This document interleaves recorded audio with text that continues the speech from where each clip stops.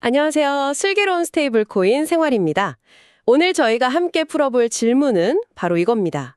우리가 부를 쌓는데 있어서 진짜 병목 현상은 과연 어디서 생기는 걸까요? 단순히 월급이 적어서 아니면 우리가 미처 보지 못했던 다른 어떤 구조적인 장벽이 있는 걸까요? 최근 코인베이스가 아주 흥미로운 보고서를 하나 내놨습니다. 부의 격차를 만드는 진짜 원인은 소득이 아니라 자본이라는 경기에 참여할 수 있는 접근성 그 자체에 있다는 건데요.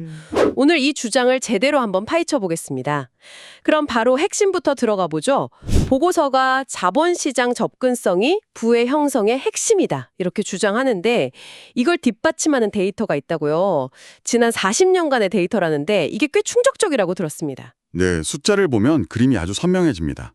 지난 40년간 미국 기준으로요. 우리가 열심히 일해서 버는 돈, 그러니까 노동소득은 약 57% 늘었습니다. 네. 그런데 같은 기간 동안 자본소득, 그러니까 주식이나 채권 같은 자산이 스스로 돈을 버는 속도는 무려 136%나 치솟았어요. 와, 잠시만요.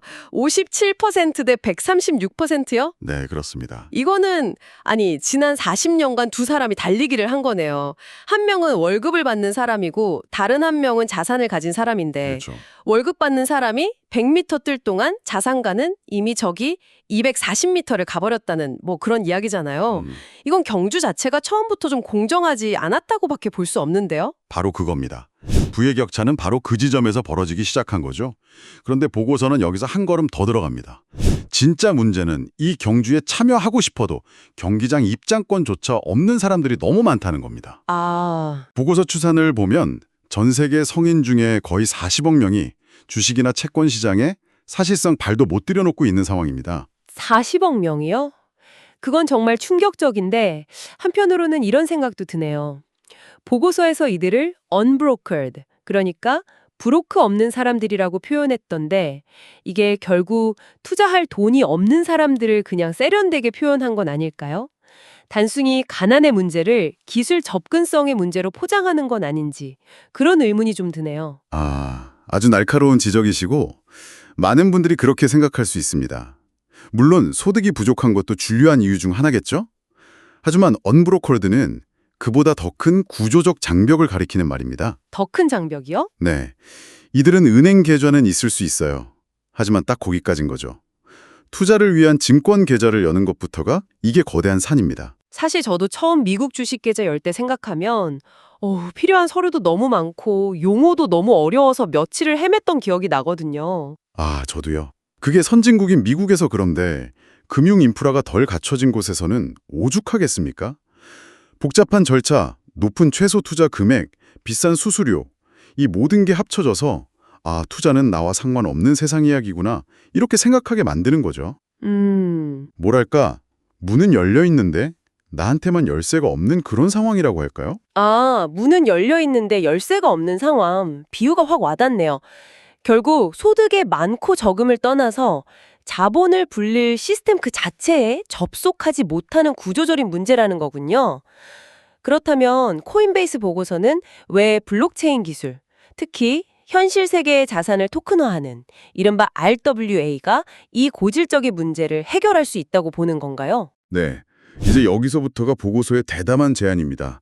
이건 단순히 요즘 RW가 유행이니까 이런 차원의 이야기가 아니고요. 네. 기존 금융 인프라 전체를 아예 새로 설계하자는 것에 가깝습니다.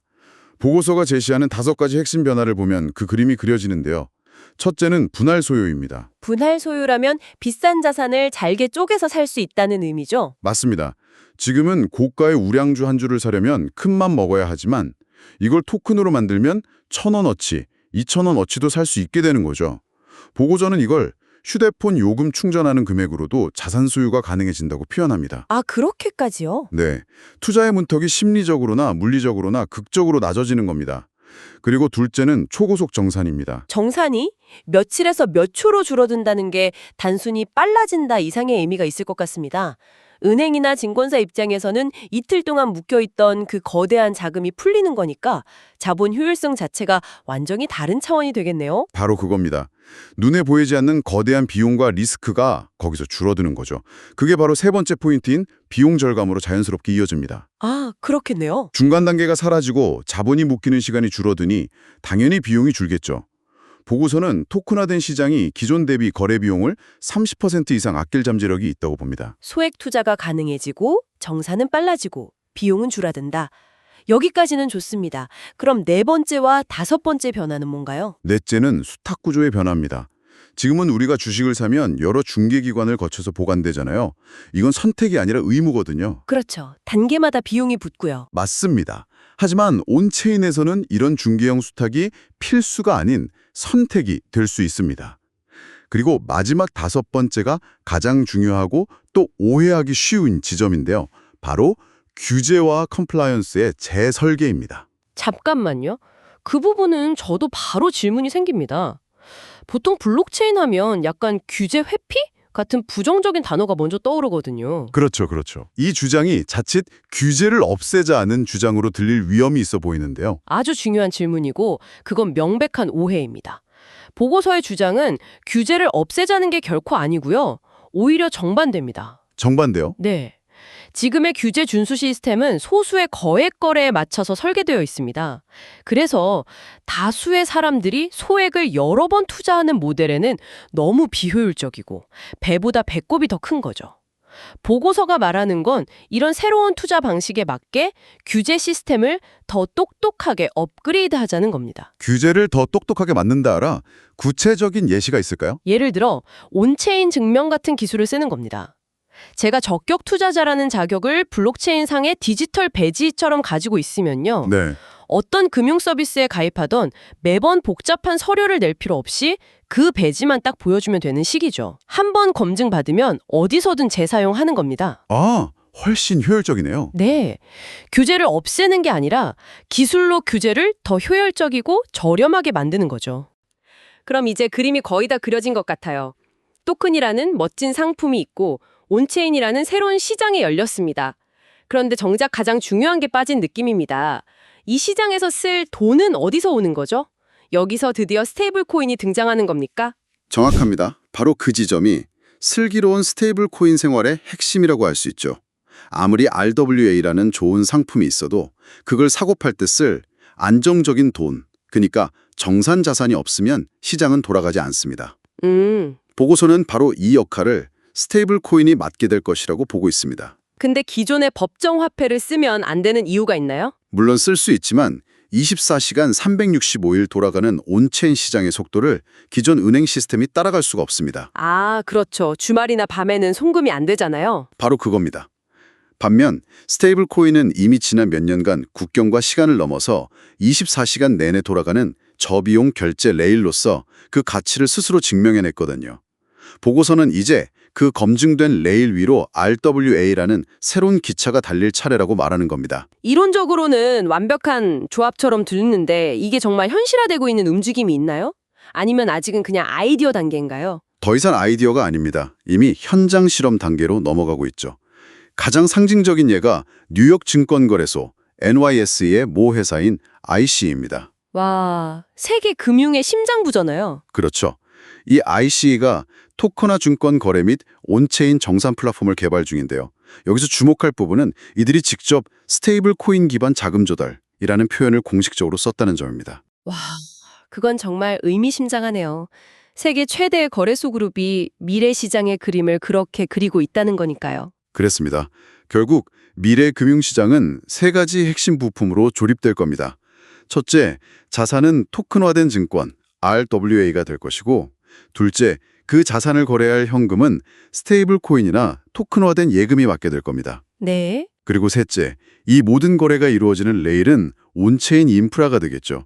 이 세 가지가 하나의 세트로 합쳐져야만 우리가 처음에 이야기했던 그 40억 명의 언브로커드가 경기장에 들어볼 수 있는 진짜 문이 열리는 겁니다. 자산, 현금, 레일.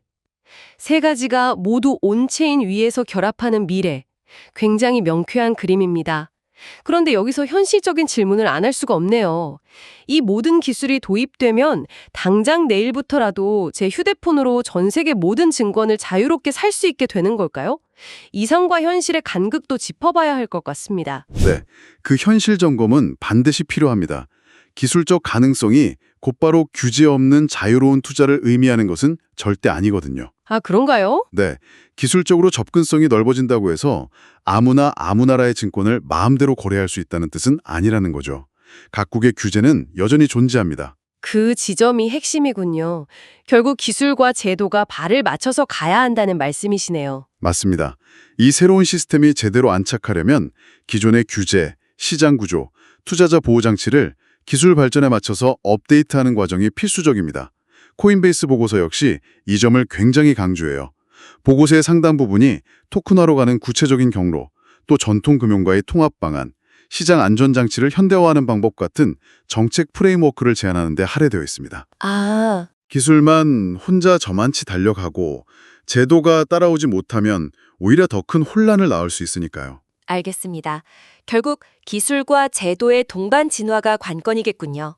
자, 그럼 오늘 길게 이어진 논의의 핵심 결론을 마지막으로 정리해 주시죠. 네, 오늘 논의에서 우리가 꼭 기억해야 할 핵심 메시지는 두 가지입니다. 첫째, 스테이블 코인은 더 이상 암호화폐 시장 안에서만 쓰이는 코인이 아니라 전 세계 수십억 명의 자본시장 접근성을 열어주는 핵심 정산 인프라로 그 위상이 바뀌고 있다는 점입니다. 네, 정산 인프라. 그리고 둘째, RWA, 즉 토큰화는 바로 그 새로운 인프라 위에서 거래될 핵심 상품이자 자산이 될 거라는 점입니다. 이 둘은 동전의 양면처럼 함께 움직이면서 금융의 미래를 만들어갈 가능성이 매우 높습니다. 네, 명확한 정리 감사합니다. 오늘 이야기를 들으신 여러분은 어떻게 생각하시나요? 지금까지 여러분이 느껴오신 부를 만드는 가장 큰 장벽은 무엇이었나요? 정말로 부족한 소득 그 자체였나요?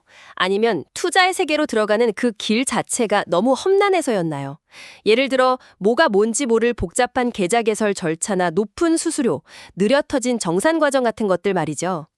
여러분의 소중한 생각을 댓글로 남겨주시면 큰 힘이 되겠습니다. 그 의견들을 바탕으로 다음 시간에는 그렇다면 이 새로운 금융 프레임이 한국 시장에 성공적으로 자리 잡으려면 구체적으로 무엇이 바뀌어야 하는가에 대해 한 걸음 더 깊이 들어가 보겠습니다.